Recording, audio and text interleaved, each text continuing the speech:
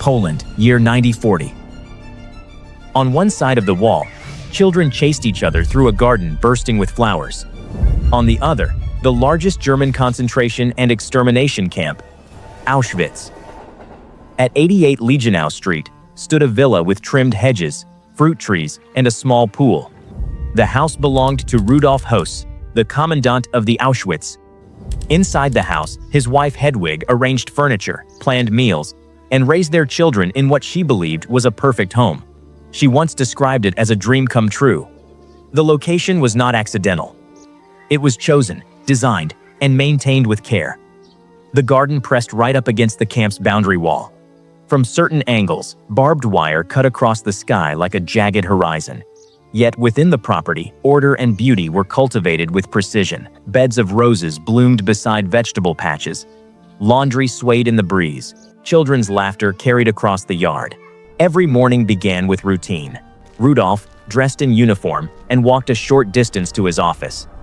Work existed just beyond the wall. He was directing servants, organizing schedules, ensuring everything ran smoothly. The children played, studied, and explored the grounds as if the world ended at the fence. Beyond that fence, life had no rhythm of care. Prisoners were herded into rows, their heads shaved, bodies tattooed with numbers. Men, women, and children were forced to labor under brutal conditions. Those who faltered were beaten. Others were sent directly to chambers disguised as showers. Smoke rose from crematoria, carrying the remains of those who never returned. Hunger gnawed at the weak. Disease spread with terrifying speed. Families were torn apart, and survival was measured in hours. The wall did not block sound. Gunshots cracked at irregular intervals. Trains screeched into arrival, bringing more people destined for death. Dogs barked with urgency. Orders were shouted in harsh tones. These noises blended into the rhythm of daily life, gradually losing their sharpness through repetition. What once might have sparked curiosity of Rudolf's kids eventually became background noise. The air carried more than sound. A faint, persistent odor lingered, difficult to ignore, yet somehow absorbed into normalcy. Windows remained open. Meals were served. Conversations continued, as if nothing is going on behind that wall. Rudolf's wife Hedwig focused on expansion. She wanted more space, more comfort, more beauty. The garden grew under her supervision, each section carefully planned. She recruited labor from the camp itself. Prisoners were pressed into service, trimming hedges, planting flowers, tending the grounds under strict oversight. Their suffering existed within her household's margins, invisible in the context of domestic perfection. Inside the villa, the environment reflected control. Furniture was arranged with intention. Decorations created warmth. The children's rooms held toys and books. Birthdays were celebrated. Evenings were spent together. A family gathered in comfort. Rudolf's work demanded relentless attention. He oversaw a system engineered for systematic extermination, constantly adjusting methods to increase efficiency. New gas chambers were installed. Prisoners were organized into groups for labor, selection, and disposal. Reports documented the dead with bureaucratic precision. Each improvement increased the camp's capacity for killing. Yet when he returned home, the transition appeared seamless. He stepped back into domestic life, leaving the machinery of death as if crossing an invisible line. Dinner was served. Conversations resumed. The children spoke about their day. Visitors arrived occasionally. They walked through the garden, admired the property, commented on its beauty. From within the villa, the horrors beyond the wall were largely abstract, obscured by distance and perspective. The children grew accustomed to their environment. They played near the wall, sometimes peering over gaps. Prisoners' gaunt faces or hurried movements were glimpsed briefly, but explained away or ignored. The extraordinary became ordinary through exposure. Time moved forward, marked by seasons in the garden. Spring brought new growth. Summer filled the yard with activity.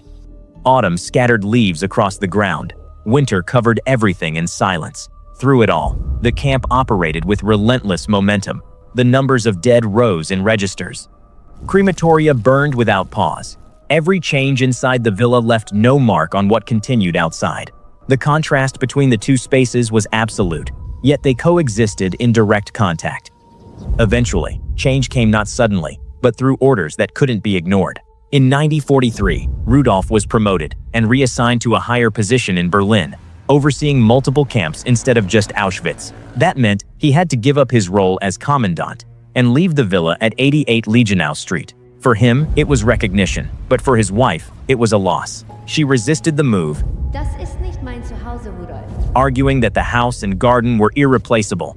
She had built a life there that felt complete, controlled, even ideal. Leaving meant giving that up for something smaller, less private, less perfect. But the decision was already made. The family relocated. The new home never matched what they had before. Then, in 1944, Rudolf was suddenly sent back to Auschwitz for a specific task. Massive numbers of Hungarian Jews were arriving, and the camp was pushed beyond its limits. Trains came constantly. When the crematoria couldn't keep up, bodies were burned in open pits. The pace of killing accelerated to an extreme level. He returned alone to manage this. The villa still stood, but it was no longer the center of family life. It became just another place tied to his work, rather than a home filled with routine. By early 1945, the war had reached Auschwitz. Soviet forces were advancing, and the camp was being evacuated. Prisoners were forced on death marches in freezing conditions, many collapsing and dying along the way. The area was no longer safe. The villa was abandoned as part of the retreat. There was no final goodbye, just a quiet departure as everything around it began to collapse. The family never returned. Soon after, Soviet troops arrived and found what remained. Thousands of prisoners left behind, too weak to move, and massive piles of belongings taken from victims. The scale of the atrocities became undeniable. After the war, Rudolf tried to hide under a false identity but was captured in 1946. He was brought back, testified about how Auschwitz operated in detail, and was executed in 1947 near the camp.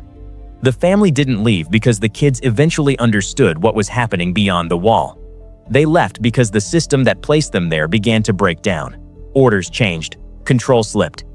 The war closed in. The villa remained a quiet structure beside a place where thousands had died, showing how close two completely different realities had existed without ever truly meeting.